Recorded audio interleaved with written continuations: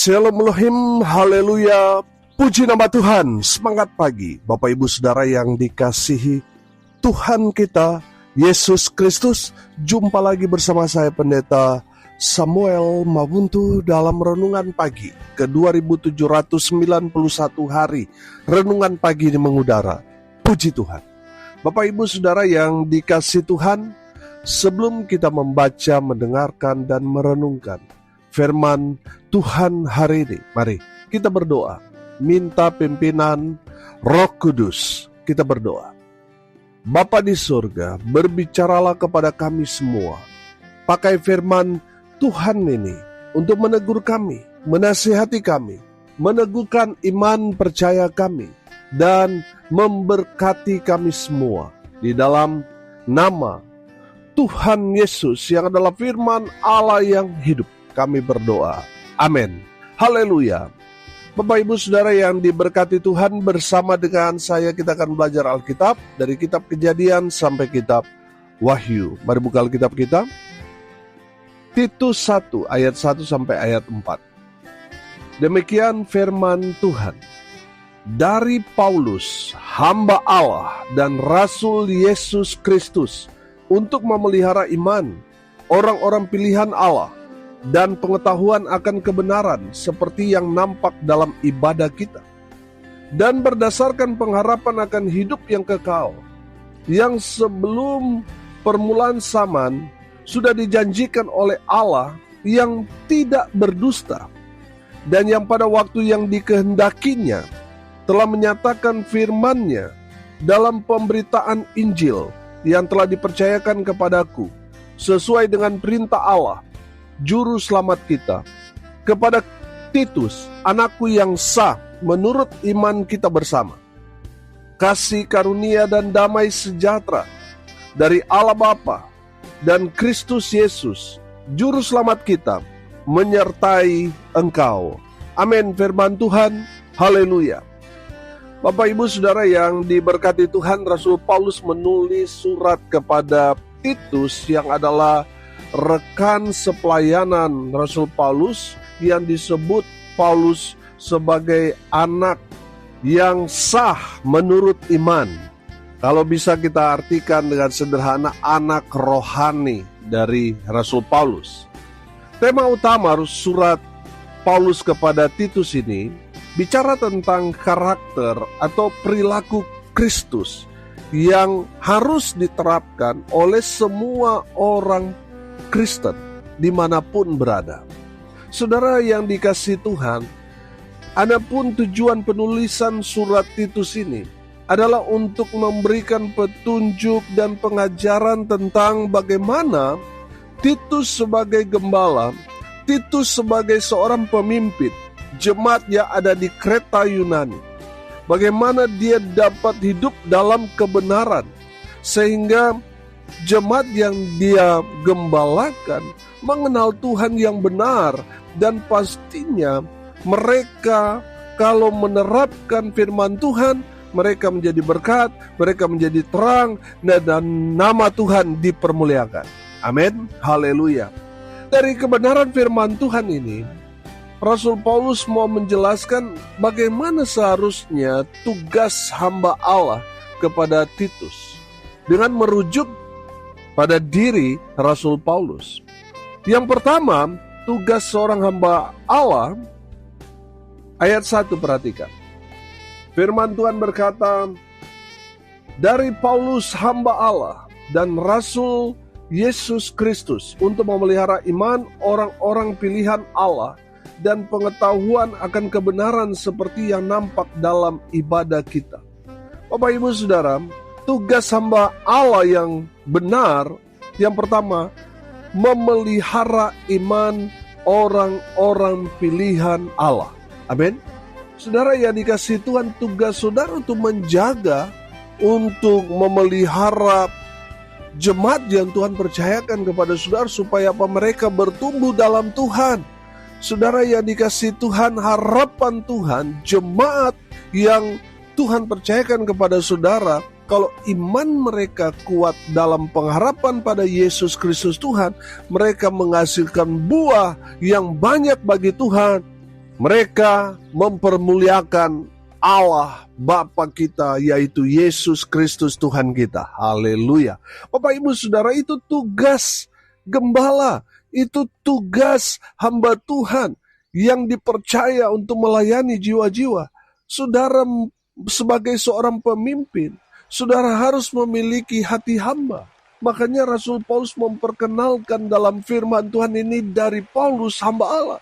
Bukannya dilayani. Sebagai seorang hamba Allah, saudara harus melayani.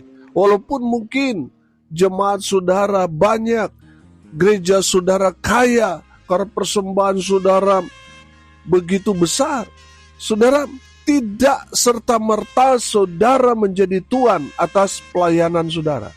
Saudara tetap hamba Allah. Amin. Harus menghambakan diri kepada Tuhan. Jangan sampai saudara yang dikasih Tuhan sampai Alkitab saja asisten yang bawa. Bapak Ibu sudah ingat, saudara hamba, bukan bos, bukan tuan. Saudara yang dikasih Tuhan sebagai seorang hamba Allah, saudara harus memelihara iman dari orang-orang pilihan Allah, yaitu gereja Tuhan, jemaat Tuhan yang Tuhan kasih.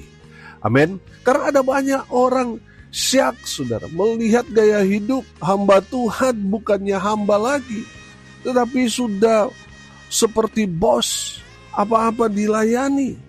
Saudara yang dikasih Tuhan, beberapa waktu yang lalu saya sudah menyampaikan kesaksian ini. Bagaimana di Korea terjadi satu degradasi. Saudara, dulu di awal-awal tahun 2000, saudara, kiblat kekristenan itu seolah-olah di Korea Selatan. Tapi saudara lihat sekarang, merosot. Saudara yang dikasih Tuhan, dulu dana misi begitu besar dari Korea Selatan untuk mengirim para misionaris. Tapi saudara lihat sekarang, merosot. Saya tanya kepada misionaris dari Korea, kenapa itu terjadi? Dan dia cerita, karena ada krisis kepercayaan hamba-hamba Tuhan. Jemaat nggak lagi percaya kepada hamba Tuhan. Karena apa? Gaya hidup hamba Tuhan itu sangat-sangat duniawi. Mereka hidup hedon, hidup mewah. Mereka tidak lagi membawa kesan seorang hamba Tuhan, tetapi seorang yang sukses kaya raya. Membuat jemaat di Korea Selatan kehilangan hormat kepada hamba-hamba Tuhan. Karena apa? Mereka melihat kami berikan persembahan misi, tetapi ternyata digunakan dengan cara-cara untuk memperkaya diri. Dan itu terjadi, saudara. Bapak Ibu Saudara yang dikasih Tuhan, sebagai hamba Tuhan, kita harus memelihara iman melalui hidup kita. Kita hamba, kita harus melayani, bukan dilayani. Kita hamba, bukan bos. Kalau saudara diberkati dengan jemaat yang banyak, dengan persembahan yang besar, tetaplah jadi seorang yang memiliki hati hamba. Bukan karena saudara sudah jemaat banyak, gereja besar, lalu sudah mulai sombong, sudah mulai angku tinggi hati. Hati-hati saudara. Ingat, kita ini hamba Tuhan. Jangan sampai melalui kehidupan kita, jemaat menjadi syak, menjadi batu sandungan bagi jemaat. Tetap jadi hamba Tuhan, sehingga dengan demikian memelihara iman jemaat. Saudara yang dikasih Tuhan, saudara harus memelihara iman jemaat, mengajarkan mereka kebenaran. Amin. Membawa mereka kepada Tuhan dalam ibadah-ibadah. Haleluya. Mengajarkan jemaat supaya mereka memiliki pengharapan kepada Kristus Yesus Tuhan yang memberikan keselamatan, memberikan hidup kekal kepada setiap orang-orang pilihannya yang mendapat anugerah keselamatan itu. Saudara harus mengajarkan mereka tentang pengharapan iman akan hari esok yang penuh dengan harapan dalam Kristus Yesus Tuhan. Saudara yang dikasihi Tuhan, kalau saudara mengajarkan pengharapan kepada jemaat yang Tuhan percayakan pada saudara. Saya yakin dan percaya jemaat tidak hidup dalam ketakutan. Mereka tidak hidup dalam kekhawatiran. Walaupun ada banyak tantangan, persoalan, pergumulan yang mereka alami dan hadapi, mereka tetap memandang kepada Yesus Kristus Tuhan.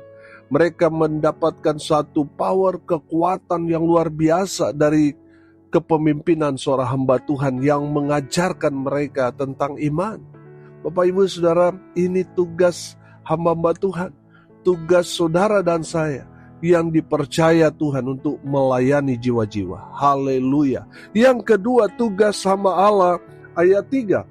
Dan yang pada waktu yang dikehendakinya telah menyatakan firman-Nya dalam pemberitaan Injil yang telah dipercayakan kepadaku sesuai dengan perintah Allah, Juru Selamat kita. Haleluya. Saudara yang dikasihi Tuhan, tugas hamba Tuhan dia harus memberitakan Injil. Saudara yang dikasihi Tuhan, selalu saya bilang, memberitakan Injil itu, kalau kita belajar dari pola Yesus, itu dua model, saudara. Indoor dan outdoor. Saya sudah beberapa kali jelaskan. Saudara yang dikasihi Tuhan, pelayanan penginjilan indoor, ya, Tuhan Yesus memberitakan Injil di bait suci, di sinagog-sinagog.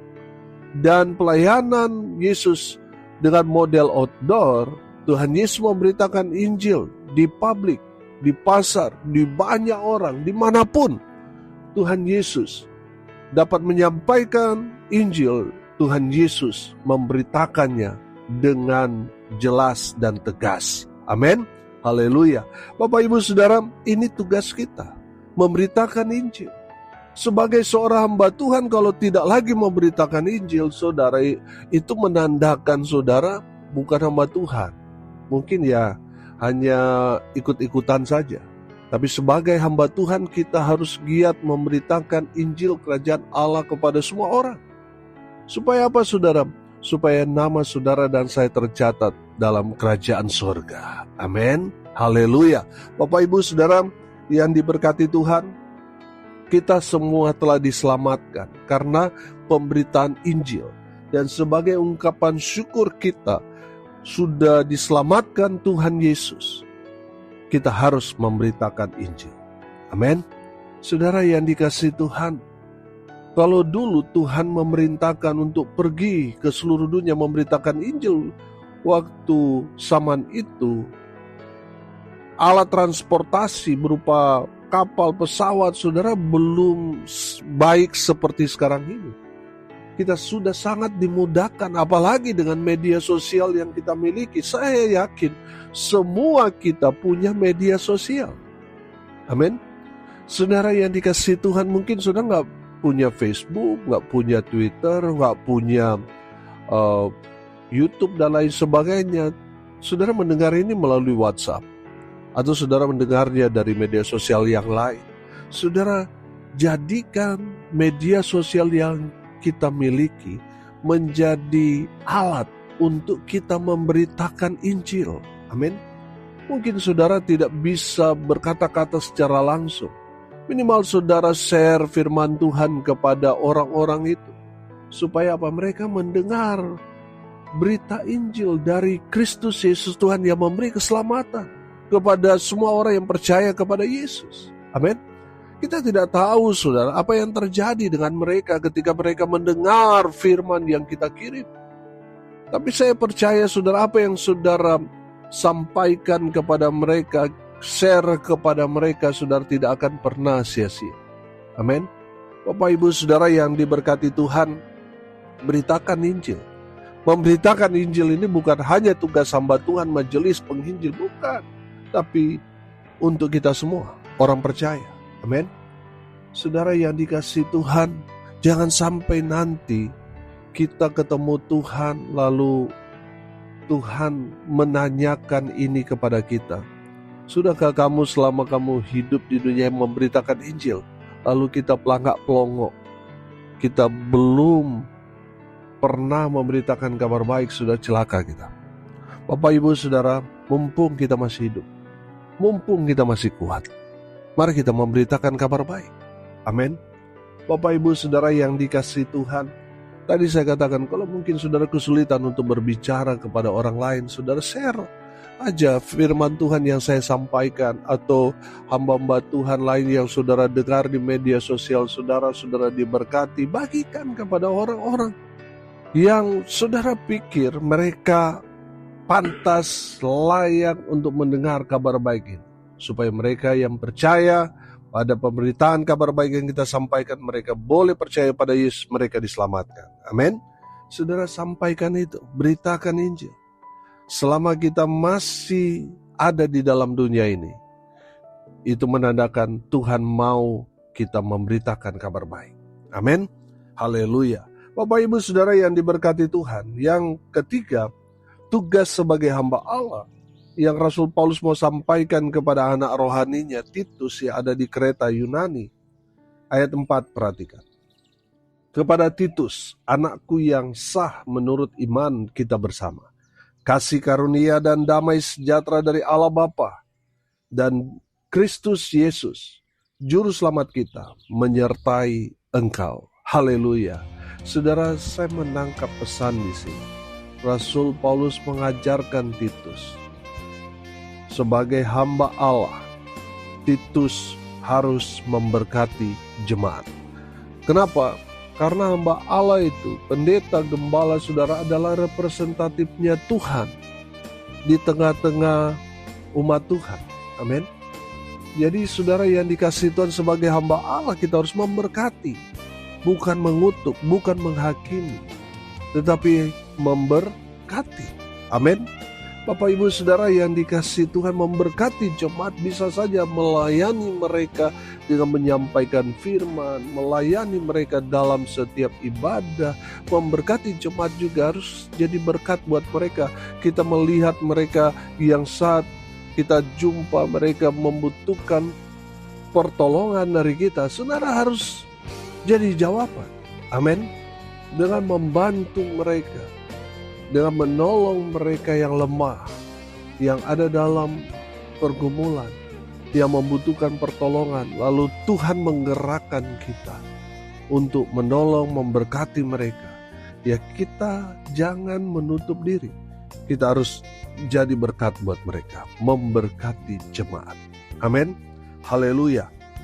Bapak Ibu Saudara yang dikasihi Tuhan, hari ini kita belajar dari kebenaran firman Tuhan. Rasul Paulus menyampaikan pesan kepada Titus, anak rohaninya, supaya Titus menjadi hamba Allah yang dipakai Tuhan dengan luar biasa.